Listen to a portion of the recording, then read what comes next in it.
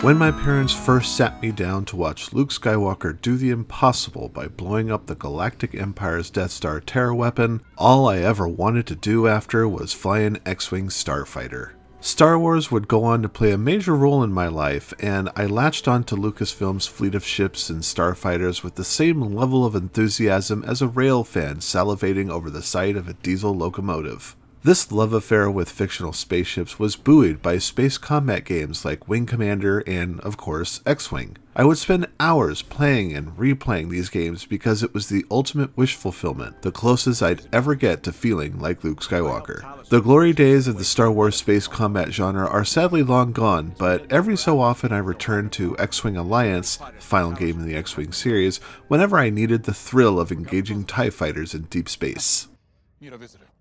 It's since been about 20 years, and now Motive Montreal has revived the Star Wars space combat experience with Star Wars Squadrons, a budget title published by EA. Much like how I felt with Jedi Fallen Order, it bugs me that it took 7 years after EA got the license to make something like this. I've already spoken about my attitude over EA's mishandling of the license, so I'm not going to mention it further. After all, I don't want that to tarnish my attitude towards one of the most personally fulfilling Star Wars games since Battlefront 2015's Rogue One VR mission.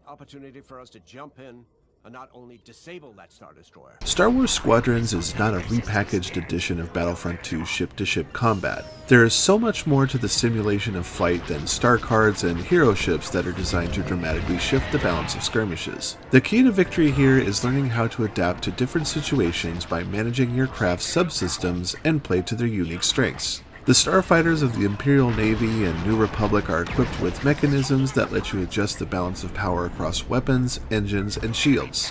Power management accounts for more than half of the in-flight experience, as you're constantly assigning boosts to one system over another when it's necessary to evade pursuing ships or gain additional protection for bombing runs. Putting full power to engines, for example, increases the ship's top speed and unlocks a boost that can be used to drift into sharp turns designed to help you shake off pursuers.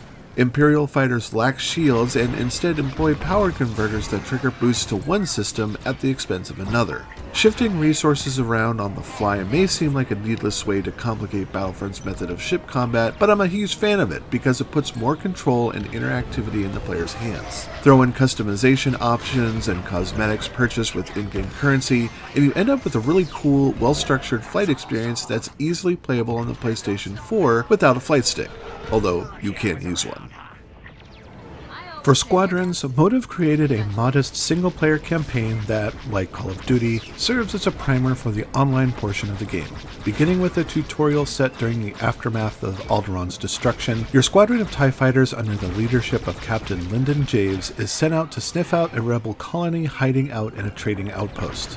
The convoy is eventually discovered, but the attack is foiled by Javes, who becomes another in a long line of Imperial officers defecting to the Rebel Alliance.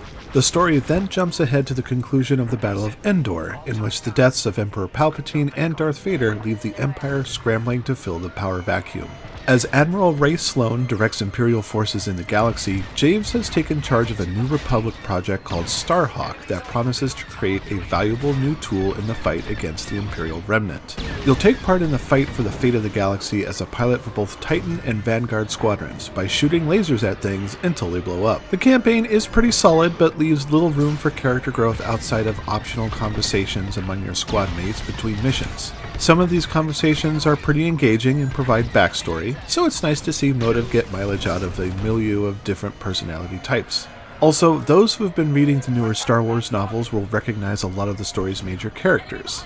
Of the missions themselves, they fall in line with the traditional space sim centerpieces, escort, raids, and defense missions that benefit from really cool level design. My personal favorite is Essel's, which is home to an Imperial listening post that has plenty of trenches and internal pathways to fly in and out of. Once the story ends, you're free to replay it to earn all mission-based medals or test your mettle online. Multiplayer offers two game types, dogfight and fleet battles.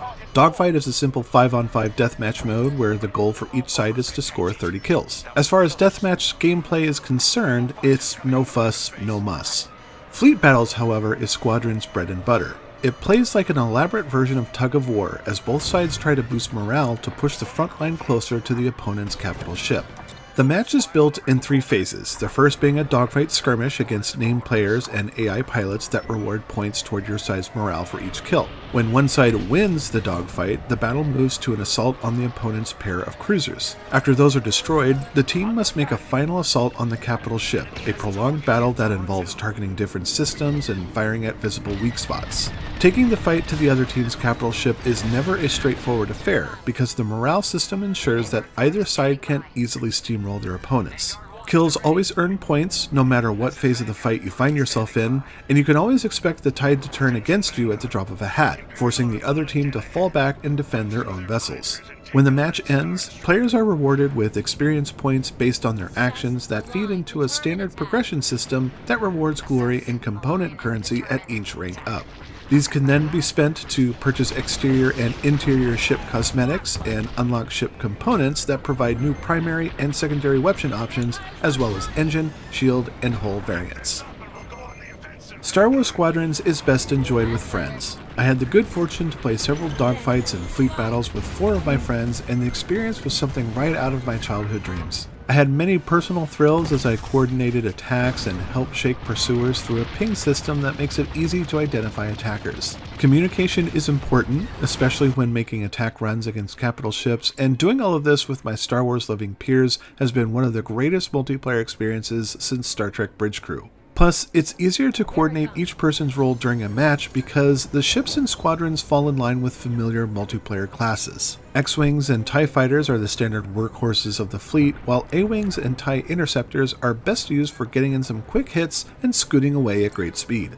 Y-Wings and TIE Bombers function as a heavy class that benefit from destructive firepower, and the U-Wing and the TIE Reaper operate as a support class, as they can repair busted ships and replenish spent ordnance. You can switch ships after you're shot down in dogfight, but in fleet battles, you're free to change on the fly and address the flow of battle by dropping into your capital ship's hangar.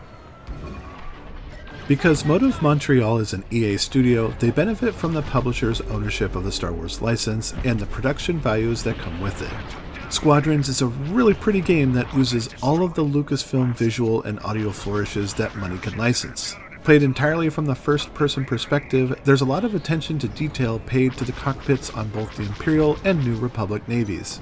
However, if you want the best Star Wars Squadrons experience, then you're gonna want to pick up a PlayStation VR headset. My time with Squadrons was spent exclusively with VR, and I will not imagine playing without it. I've come closer now than ever before to realizing my fantasy of being Luke thanks to Squadrons VR support. Not only is it spectacularly cool to sit in a fully realized virtual cockpit of an X-Wing fighter, but the one-to-one head tracking afforded by the headset makes it easier to keep a bead on enemy ships. Also, it gives a great sensation of flight as you zip around maps loaded with debris or working space stations. I always felt completely exhilarated after performing tight rolls and turns as I bobbed and weaved against debris and other pieces of cover to avoid laser fire and missile tracking. Star Wars Squadrons is the killer app for the PlayStation VR, and it's a real shame that it didn't come out sooner. All things considered, this is likely to be a contender for the best use of the Star Wars license. There's a nice simplicity to the game that comes as a result of EA learning some hard lessons about online games. Like Jedi Fallen Order, it is free from microtransactions and other annoying hooks that come with games as a service title. It does have a few hitches that are worth addressing, though they appear more in the campaign than in multiplayer. The story mode has a decent amount of bugs. Chief among them are infinite load screens that cannot be bypassed without closing the software. I also ran into situations where the game didn't register that I destroyed targets even though their hulls were little more than smoldering wrecks, which meant I missed out on earning accolades for completing secondary objectives. The other issues I experienced were the occasional AI quirks, as ships would sometimes stop dead in front of mission-critical targets or allow themselves to crash into things from time to time. The loading issue was by far the most annoying, and I wasn't too pleased with having to restart a difficult mission because of it. Worth pointing out to my VR-enabled readers is that the visuals do take a hit when the game is played with the PSVR headset. It's still immensely playable, but a lot of the finer details are lost, which, to be honest, PSV owners should be used to that by now. Star Wars Squadrons is sturdy, easy on the eyes, and looks amazing in a firefight. Being released so late in the console's lifecycle, I worry that it'll get lost in the shuffle even if it is playable on the PlayStation 5. I'm concerned that EA has indicated no plans to create any post-DLC, leaving the game as is without new maps or ships. I do see the irony here, asking EA to nickel and dime me when I've been against it in the past, but this is the only Star Wars game I feel comfortable really pumping money into. What you get in the box is just enough for a $40 game, but without new maps or new ships, I'm concerned that it won't thrive beyond a small, dedicated user base. The Star Wars property is far too vast to let Squadrons die on the vine, so I hope it does well enough for the publisher to reconsider their decision. Whatever its fate, I can truly say that my pop-cultured life has been leading up to Star Wars Squadrons. Nearly 40 years spent fantasizing of piloting Republic fighters against Imperial forces has been so beautifully realized by Motive's efforts. The campaign has a few bothersome technical problems, but playing the game with friends online and watching them engage targets in the middle of an assault on a Star Destroyer has brought life to my inner child. Dark Station gives Star Wars Squadrons for the PlayStation 4 4 stars.